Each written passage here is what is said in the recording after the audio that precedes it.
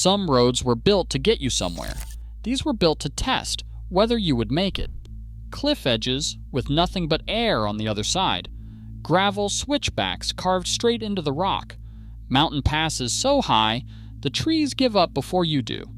Across America, there are drives where one wrong turn of the wheel does not end in a fender bender. It ends 1,000 feet down. Today we are counting down the 8 most terrifying roads in America with no guardrails.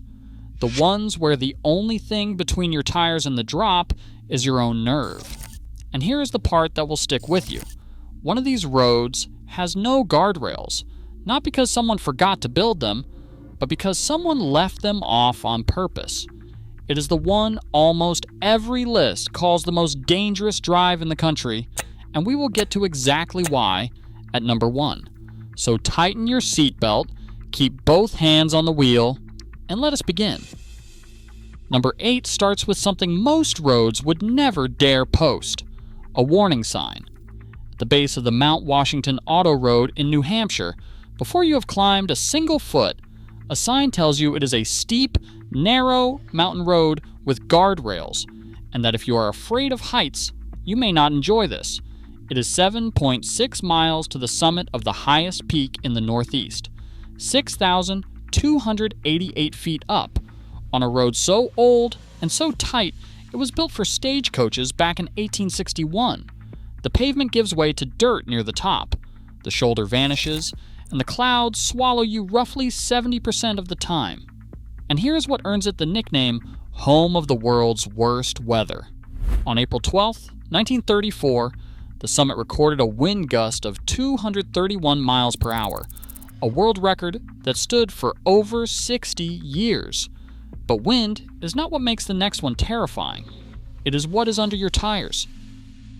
Number 7, trades pavement for gravel and adds a 1,000-foot drop for good measure. The Moki Dugway in southern Utah is a 3-mile dirt staircase cut into the sheer face of Cedar Mesa, part of an otherwise ordinary highway that suddenly turns to washboard and switchbacks. In those 3 miles, you descend roughly 1,100 feet on a grade steep enough that the state warns big rigs to turn back, with no guardrails and barely enough width in spots for one vehicle. Below you, the Valley of the Gods spreads out red and silent, with Monument Valley shimmering on the horizon. There are no services, no cell signal, and nothing catching you if you drift.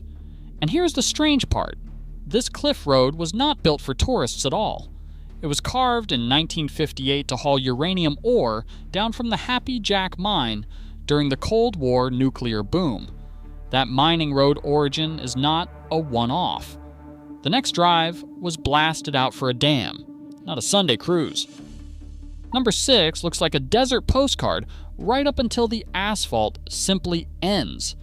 Arizona's Apache Trail, State Road 88, winds about 40 miles through the Superstition Mountains, and somewhere past the 6-person town of Tortilla Flat, the pavement quits, and you're on a narrow dirt ledge.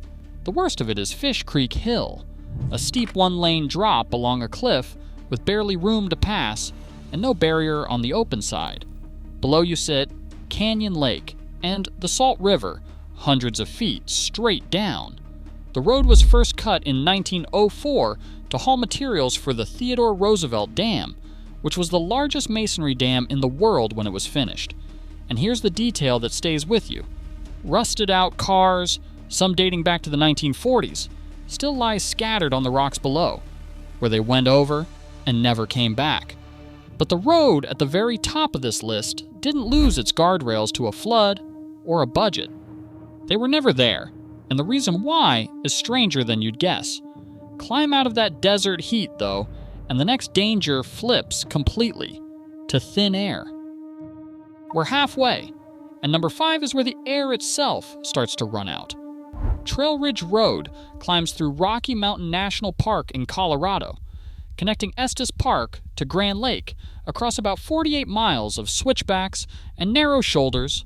As you climb past 11,000 feet, the trees disappear, the wind picks up, and the drop-offs open beside you with little more than a low rock lip in places.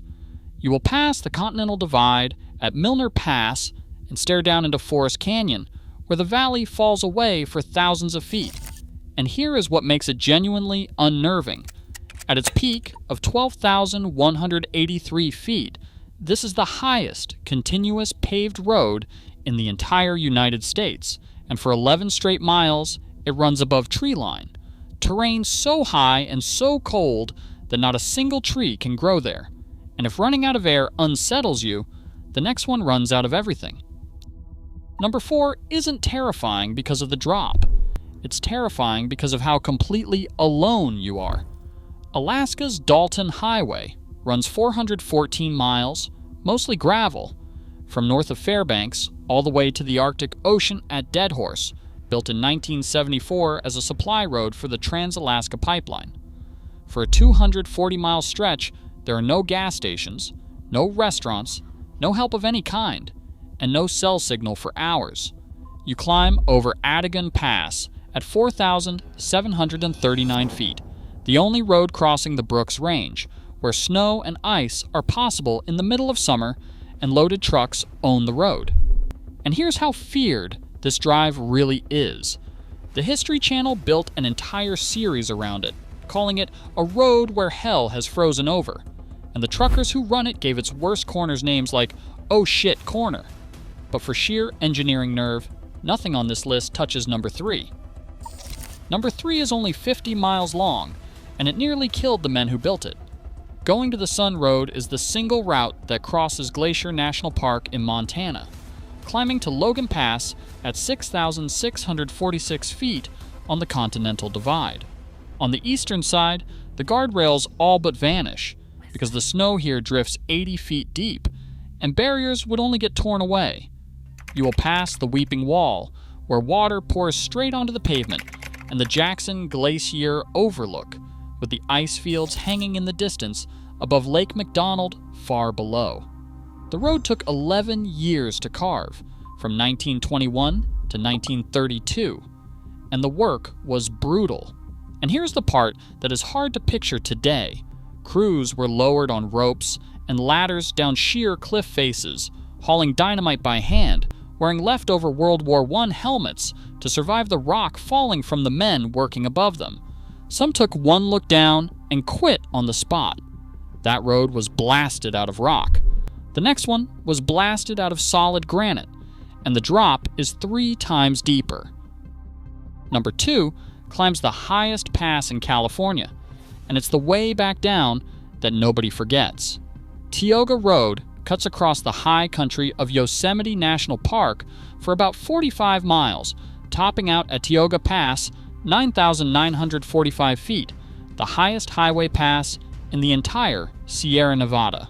From the park, it looks gentle, rolling past 2 alumni meadows and the bald granite domes of Olmsted Point.